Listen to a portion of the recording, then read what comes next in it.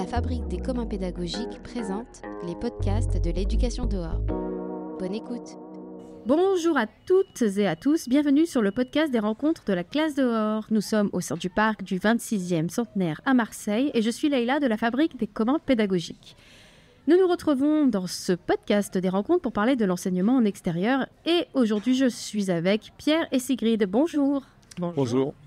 Et pour commencer, on se présente. Alors à toi, Pierre, vas-y. Donc, Pierre Bertel, je suis conseiller académique à la formation sur l'Académie de Mayotte. D'accord. Voilà, oui. Et tu es venu spécialement pour les rencontres. Spécialement pour les rencontres avec une délégation. On est à peu près 9 personnes vraiment du territoire. Et après, on a des contacts en visio, à distance, avec des personnes qui n'ont pas pu se déplacer, mais qui suivent avec nous le déroulé des classes dehors. Des rencontres, pardon. Super. Sigrid Sigrid, moi je suis responsable des programmes en France de Bibliothèques sans frontières. Et je suis venue sur les bons conseils de Pierre, pour être exact. Parce que l'événement est super intéressant et que ça nous donne l'occasion aussi, nous, de creuser un projet partenarial qu'on pourrait avoir ensemble. Oui, alors avant de parler de ce projet, est-ce que toi, Pierre, tu peux déjà nous dire qu'est-ce qui se passe de ton côté à Mayotte et pourquoi la classe dehors, ça t'intéresse et pourquoi tu es là ? Ça m'intéresse déjà par rapport à ma formation, je dirais, de base. Moi, je suis éducateur sportif, donc j'ai toujours été en extérieur et j'ai suivi des élèves à l'époque de la petite section au CM2, on va dire un contexte très rural où il fallait s'adapter avec peu de moyens. Et, quand je suis parti sur Mayotte, je suis devenu enseignant. Je me suis retrouvé face à d'autres problématiques que je n'avais jamais imaginées. Et donc faire classe dehors, à des moments, c'était un peu nécessaire vu que des fois, je n'avais pas de salle de classe. Donc évidemment, la contrainte pousse un peu à l'expérimentation et à être créatif, surtout quand on a peu de moyens aussi financiers. Voilà, sur Mayotte, il y a évidemment des opportunités qu'on ne retrouve pas ailleurs. Et j'ai eu la chance de pouvoir évoluer en collège, auprès de publics aussi allophones, en UPE2A, au CASNAV. J'ai aussi intégré... j'étais mis à disposition de la Ligue de l'enseignement durant 2 années pour remettre en place notamment l'UCEP. L'UCEP, tu peux dire ce que c'est ? C'est l'Union sportive de l'enseignement du primaire, ils sont juste à côté, là. Et voilà, donc là je me retrouve dans un microcosme où il y a plein d'entités que je connais en tout cas, et ça fait énormément sens dans le but de développer des relations au sein de la communauté éducative sur Mayotte où ça n'existe pratiquement pas. Donc il y a un vaste chantier et c'est une super opportunité. Aujourd'hui, tu n'animes pas forcément d'atelier, tu es venu faire du réseau. Est-ce que déjà sur cette première journée, tu peux nous dire un petit peu ce que tu as pu voir, qu'est-ce qui a pu t'interroger, t'alerter, j'allais dire, mais... Par rapport à la journée on va dire aujourd'hui, nous on avait déjà un temps un peu fort avec l'ouverture de la conférence. On avait notre collègue Dalila qui a pris la parole. Donc ça, c'était quand même super valorisant pour notre délégation aussi. Il y a quand même un regard hyper bienveillant de la FAPEDA depuis 3 mois. Donc nous, on se sent hyper accompagnés. Donc il y a un rapport aussi, je trouve, assez particulier. Et moi, ce matin, j'étais sur un atelier avec les Loubata où j'ai retrouvé un peu mon âme d'éducateur sportif à manipuler, à être dans de la démarche de la pédagogie active, et puis en mélangeant un peu de l'EPS et aussi de l'approche environnementale. C'est vraiment chouette. Et cet après-midi, j'étais plus sur une thématique en lien avec on va dire le rapport, le développement de la végétalisation des cours d'école. Bon, même si évidemment ce qui est assez drôle, c'est qu'on est un peu en décalage total avec évidemment ce que les collègues peuvent vivre ici. Alors parle-moi de ce décalage justement. Le décalage entre eux, évidemment, le fait que en métropole, on veut essayer de forcer les élèves à se reconnecter avec l'extérieur. Ils sont trop confinés, il y a le phénomène de sédentarité quand même hyper important. Et nous, c'est un peu l'inverse. On veut essayer de mettre des élèves à l'intérieur de classes qui n'existent pas.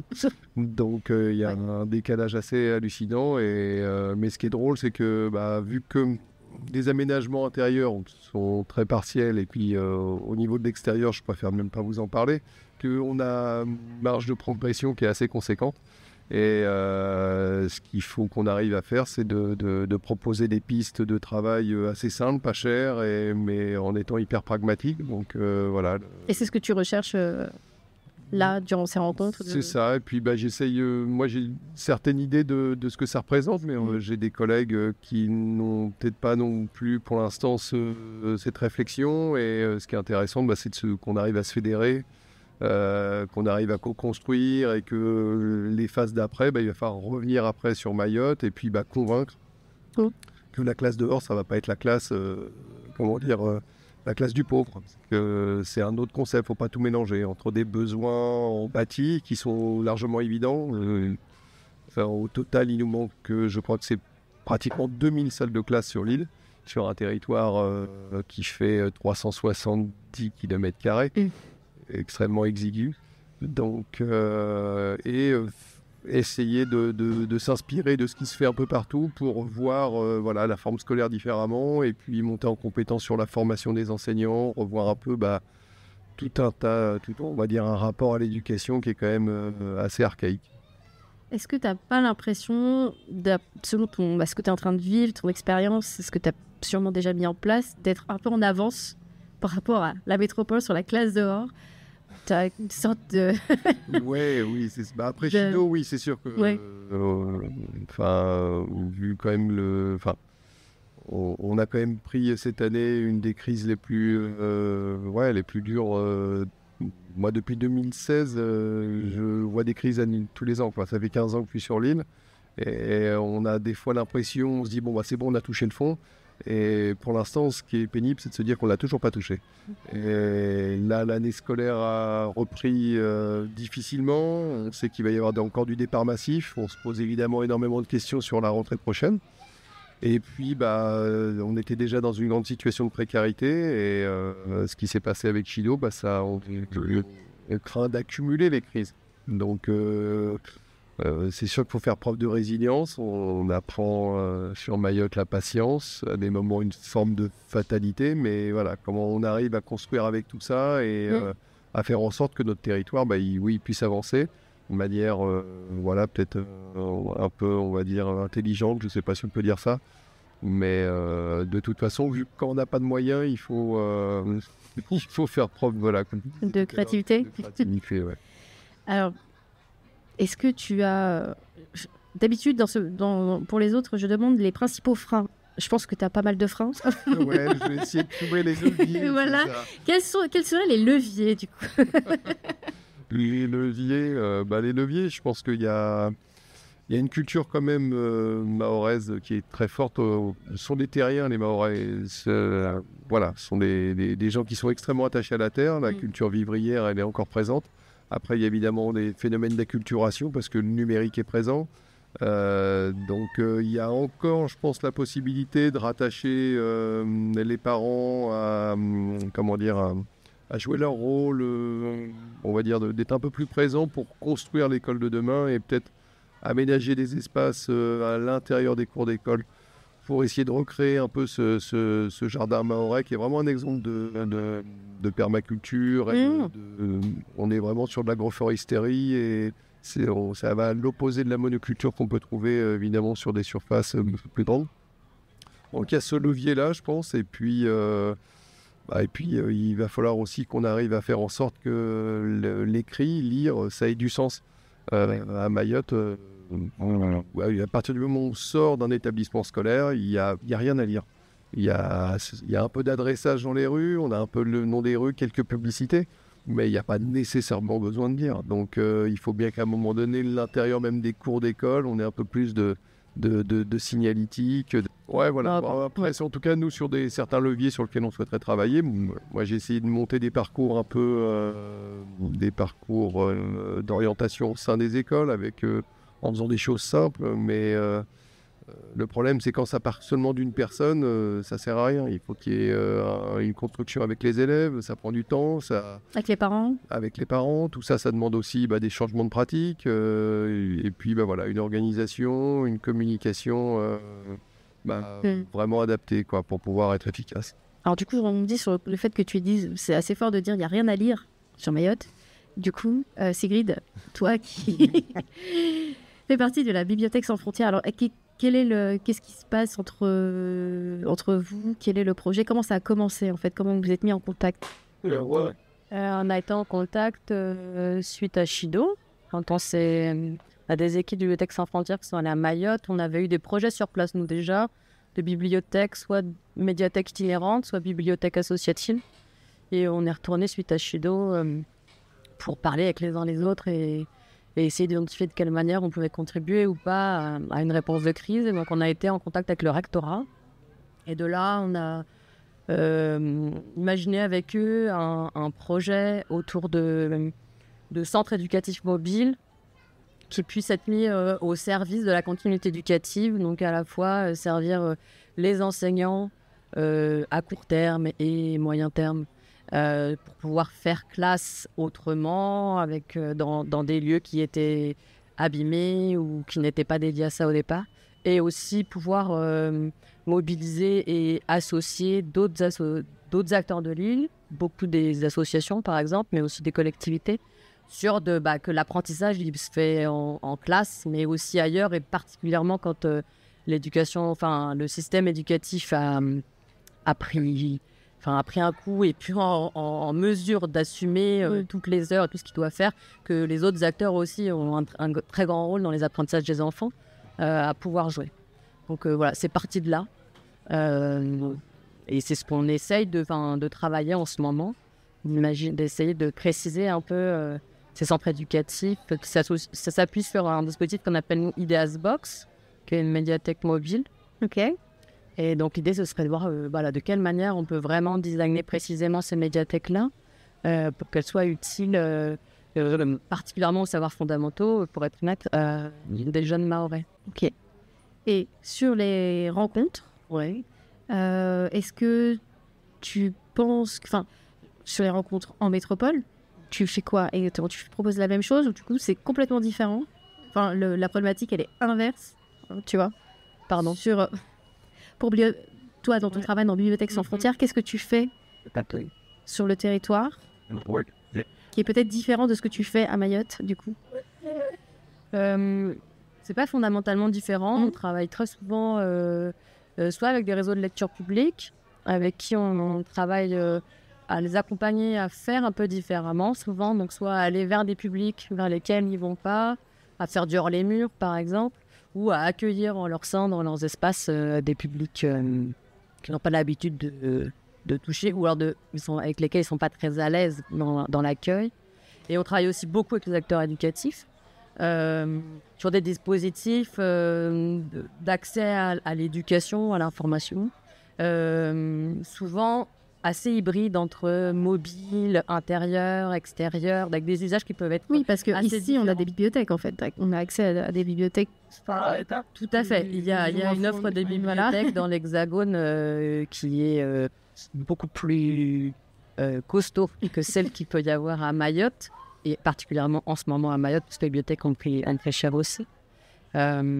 Néanmoins, d'aller vers des habitants, des jeunes, des personnes qui sont plus précarisées, pour proposer des services d'accès sur des enjeux culturels ou éducatifs, c'est néanmoins très nécessaire.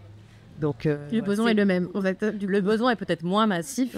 Évidemment, si on regarde le territoire de l'Hexagone et le territoire de Mayotte, les enjeux sont à une certaine puissance, je ne sais pas combien, sur Mayotte. N'empêche pas pour ça que dans l'Hexagone, il n'y a pas aussi beaucoup d'enjeux à travailler ça. Donc, on intervient beaucoup dans l'Hexagone et dans les Outre-mer aussi, ponctuellement, dont à Mayotte. Est-ce que vous avez créé déjà un projet ensemble ou pas encore? C'est en pourparlers, vous en êtes?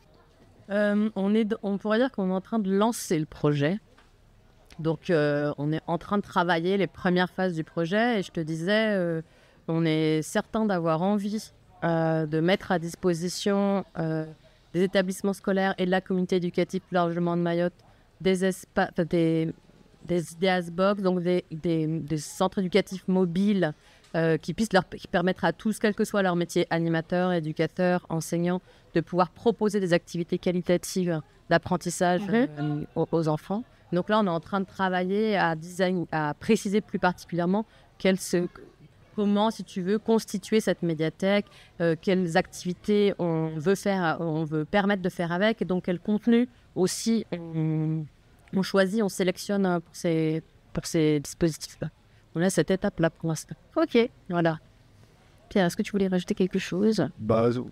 On pensait que c'était quand même l'occasion aussi peut-être de justement profiter de l'événement et d'essayer de donner une dimension un peu classe dehors à cette IDEAS Box. Ça fait partie aussi des objectifs. Donc voilà, le fait d'aller à droite à gauche, ça donne des idées et ça peut permettre de faire un peu une box un peu originale. Oui, par exemple, demain dans la programmation, il y a l'association SLM, une association marseillaise là, qui est très, très positionnée sur la question de l'accès à la lecture. Donc, qui depuis quelques années, plusieurs années, ont aussi des IDEAS Box. Donc, les utilisent au quotidien pour aller faire de l'offre de lecture en bas d'immeuble. Voilà, donc ils témoigneront demain, mais effectivement, c'est un outil qui trouve déjà sa place en fait, dans des pratiques extérieures et non formelles, souvent. Ouais. Voilà. C'est ce qu'on recherche. J'ai plus d'autres questions. Je fatigue. Non, mais T'inquiète, ça dit. Alors, je pose toujours la même question pour terminer. La première édition des rencontres s'est passée à Poitiers. Ici, la deuxième est à Marseille. Est-ce qu'on la prochaine serait où ? Mayotte ? s'il y a le budget pourquoi pas, mais je sais pas où on pourra vous accueillir, c'est ça le souci. Dehors. Ouais, mais c'est vrai. Et rien que déjà avoir un espace comme ça, délimité, là je sais pas, il y a peut-être 10 hectares, j'aurais un peu de mal à évaluer, mais on n'a même pas un lieu de ce type pour pouvoir accueillir des manifestations de ce genre. Ouais. Je pense qu'il faut vraiment venir sur le territoire pour se rendre compte à quel point on est démuni d'espace public. On a une communauté, on a quand même 117 000 élèves de scolarisés sur 180 km² constructibles. Donc ça fait une densité d'élèves au kilomètre carré qui dépasse les 650. Donc on est sur des enjeux, des chiffres qui font peur, mais à un moment donné, c'est comment on arrive collectivement à répondre à ça. Mais voilà, on a de l'espoir parce que les jeunes Mahorais ont quand même une pêche incroyable et quand on leur donne de la confiance, ils ne sont pas blasés et résultat, ils prennent. Donc il faut en profiter. Super. Un dernier message peut-être à passer ? Merci beaucoup à la FabPeda. Merci d'avoir répondu à mes questions, merci de m'avoir écouté et je vous invite à partager le podcast et à la prochaine. Merci.